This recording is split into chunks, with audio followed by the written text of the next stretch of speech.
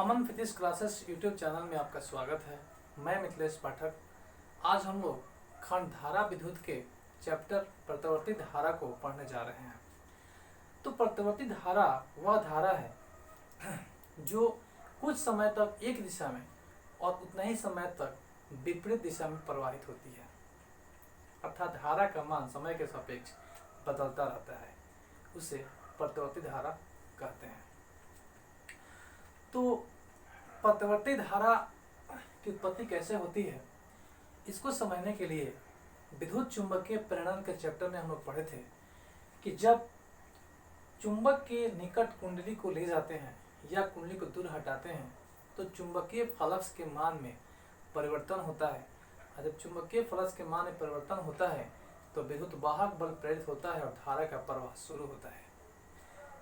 यानी कि चुंबक के सापेक्ष कुंडली की गति में होना जरूरी है। तो आइए देखते हैं कि हम लोग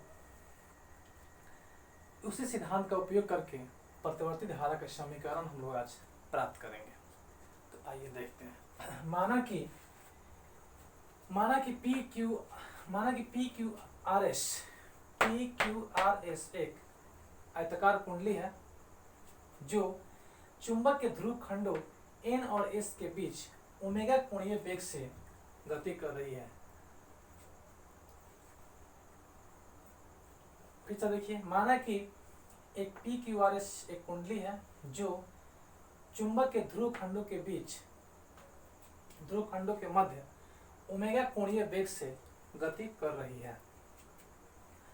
घूर्णन के क्रम में किसी समय t पर फ्लक्स फाई बराबर बी ए कॉस थीटा। हम जानते हैं चुंबकीय फ्लक्स बी ए कॉस थीटा होता है। तो ये थीटा क्या है, ये थीटा आपको हम समझाने जा रहे हैं। तो देखिए, मान लीजिए कि ऐसे है तो इस ठीक है, तो चुंबकीय क्षेत्र इधर, अभिलंब जो n है ये भी इधर, लेकिन कुछ देर में घूर्णन करते जब ऐसे घूर्णन होगा तो अब इसका जो दिशा इधर हो गया और चुंबकीय क्षेत्र का तो इधर है ही, तो दोनों के बीच जो एंगल बना वही थीटा है, वही हमारा थीटा है। यदि फेरों की संख्या n, कुंडली में फेरों की संख्या n हो तो चुंबकीय फ्लक्स फाई बराबर B A M cos omega T.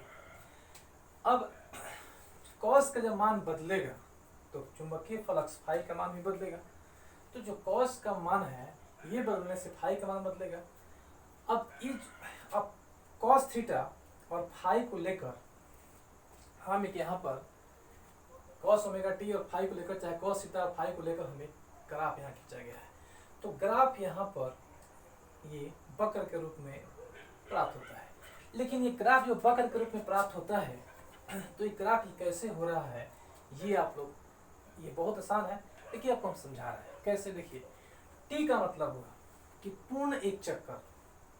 तो कुंडली में जो चक्कर हो रहा है, कुंडली जितने समय में एक चक्कर पूरा करती है, घूम जाती है, घूर्णन गति पूरा हो जाता है, उसे कहते हैं समय टी, बड़ा टी। तो टी बाई 4 का मतलब हुआ कि पूरे समय का एक चौथाई। टी बाई 2 का मतलब हुआ आधा समय। 3t/4 का मतलब 3/4 और टी का मतलब पूरा समय। ठीक है, तो ये 4 भाग कैसे कैसे होगा और इस चारों भाग में जो एंगल होगा, जो थीटा का मान होगा, वो क्या होगा ये देखिए। मान लीजिए कि कुंडली ऐसा है। अब एक बार ऐसे तो ऐसे इसका दिशा इधर है और ये घूम गया ऐसे, तो कोण बन गया 90। यानी कि अब देखिए कैसे घूमेगा, घूर्णन गति देखिए फिर से 90 डिग्री, 180 डिग्री, 270 डिग्री, 360 डिग्री।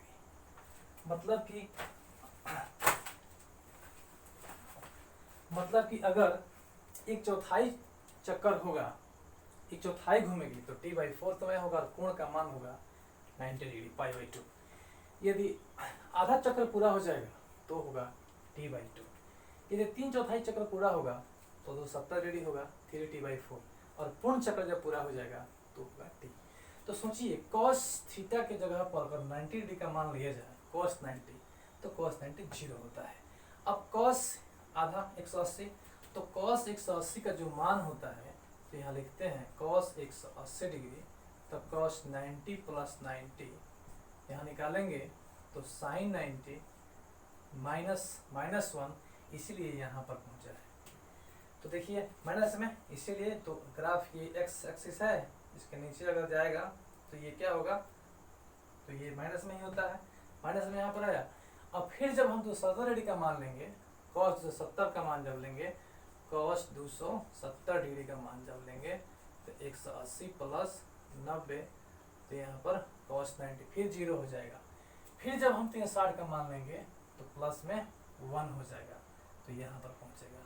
इसी तरह से यहाँ पर आगे भी। अतः जब कुंडली यहाँ पर कुंडली में घूर्णन गति हो रही है, कुंडली घूम रहा है, तो थीटा का जो मान है, ये थीटा का जो मान है ये बदल रहा है, और थीटा के मान में बदलने के कारण ये प्रत्येक समय के अंतर t एक चौथाई घूर्णन में, एक चौथाई समय में यहाँ पर आधा चक्र हो रहा है, तब देखिए यहाँ पर ग्राफ यहाँ पहुँच गया, ठीक है।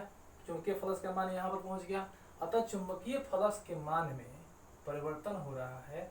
देखिए यहाँ पर सबसे अधिक यहाँ पर है, उसके बाद 0, फिर यहाँ पर मान बढ़ रहा है, लेकिन ऋणात्मक माइनस में, फिर 0, फिर ऊपर धनात्मक में बढ़ रहा है, फिर 0, फिर घट रहा है, तो फिर बढ़ना घटने जारी है। अपना चुंबकीय फलक का जो मान है उसमें हो रहा है परिवर्तन। और हम पहले ही कहे थे कि चुंबकीय फलक के मान में अगर परिवर्तन होगा तो प्रेरित विद्युत वाहक बल उत्पन्न होगा।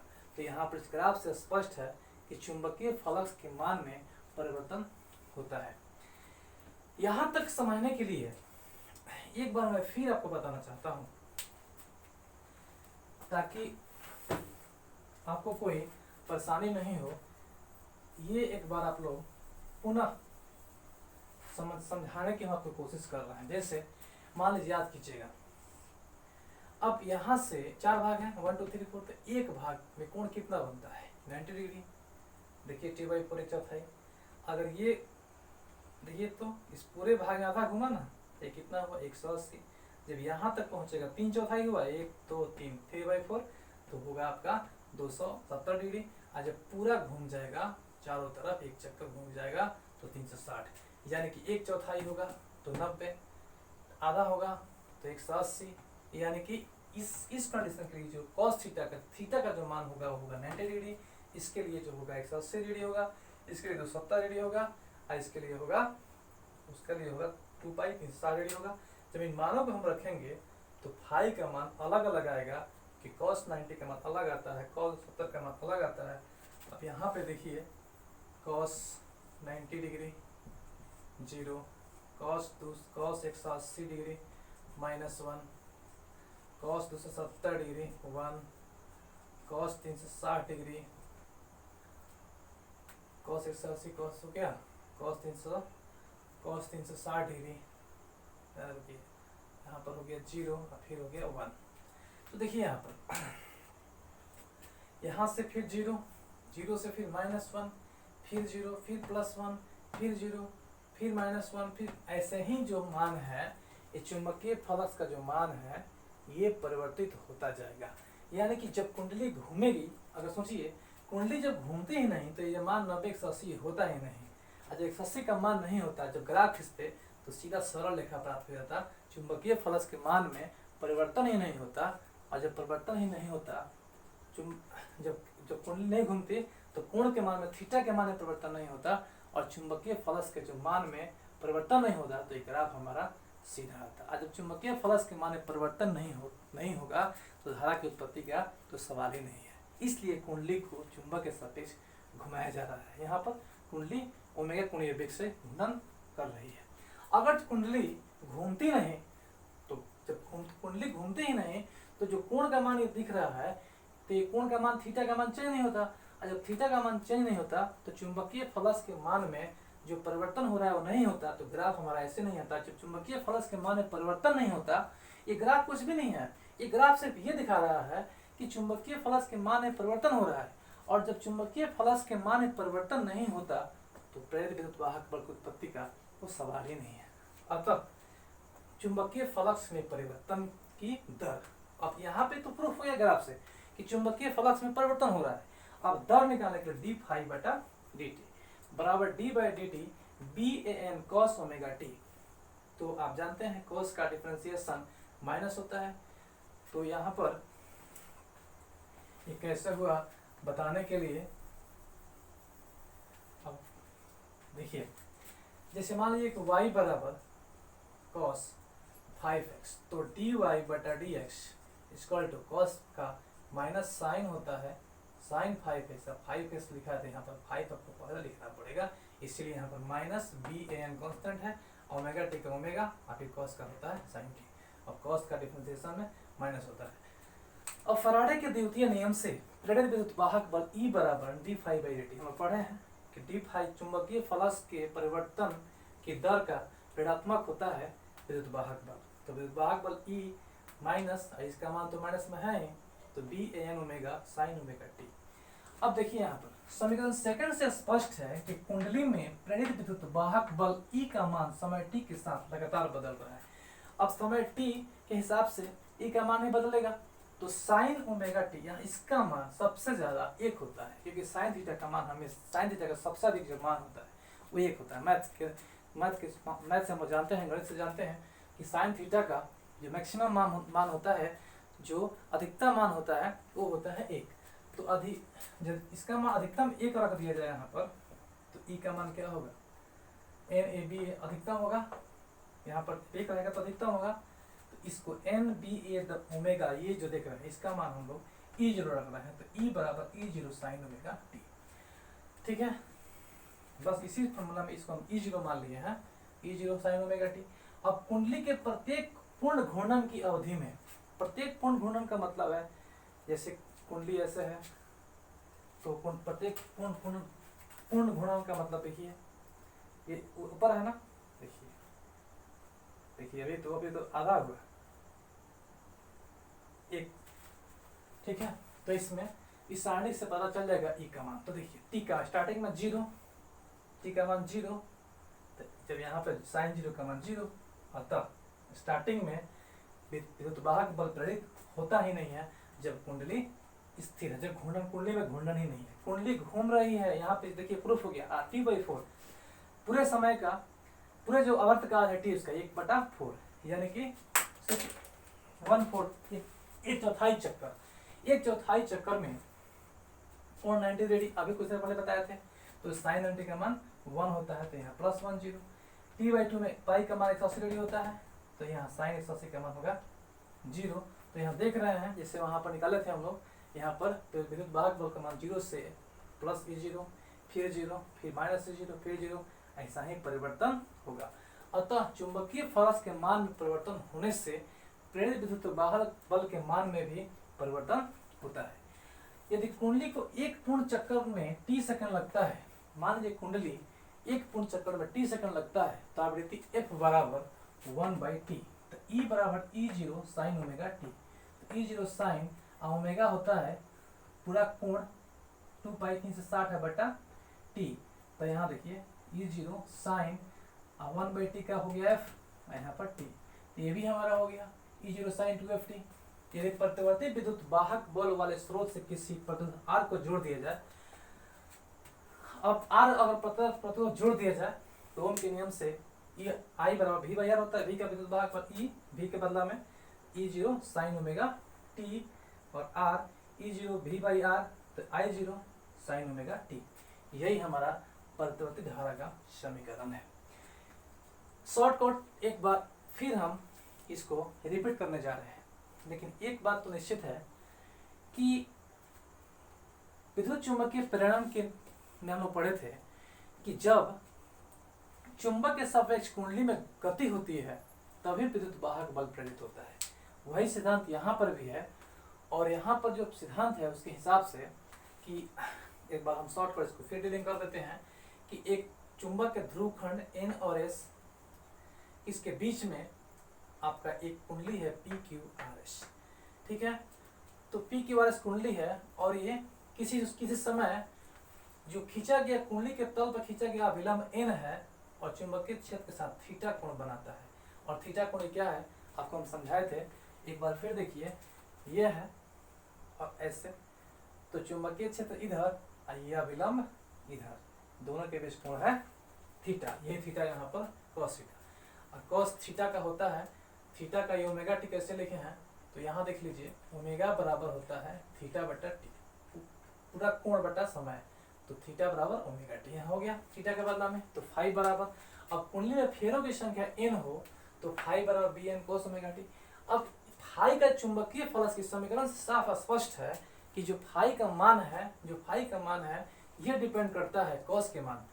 तो कॉस का मान, कॉस का मान माने कॉस थीटा के मान पर, थीटा के मान पर, ठीक है, तो ओमेगा टी के मान पर, और ओमेगा टी थीटा के बराबर बदला में लिखा गया थीटा के मान पर। थीटा का मान तो जैसे जैसे कुंडली घूर्णित करे, घूर्णन कुंडली में घूर्णन होगा, जैसे कुंडली ऐसे है, ऐसे ऐसे घूमेगा, वैसे थीटा का मान चेंज होगा। तो थीटा का मान जैसे चेंज होगा, ठीक है, पहले 0 डिग्री, फिर 90 डिग्री, फिर 180 डिग्री, फिर 70 डिग्री, फिर 360 डिग्री, ऐसे चेंज होगा कॉस का मान, कॉस थीटा का मान। तो जैसे थीटा का मान चेंज होगा, थीटा का मान जैसे जैसे चेंज होगा तो उसका थीटा का मान चेंज होगा, तो फाई का मान भी चेंज होगा।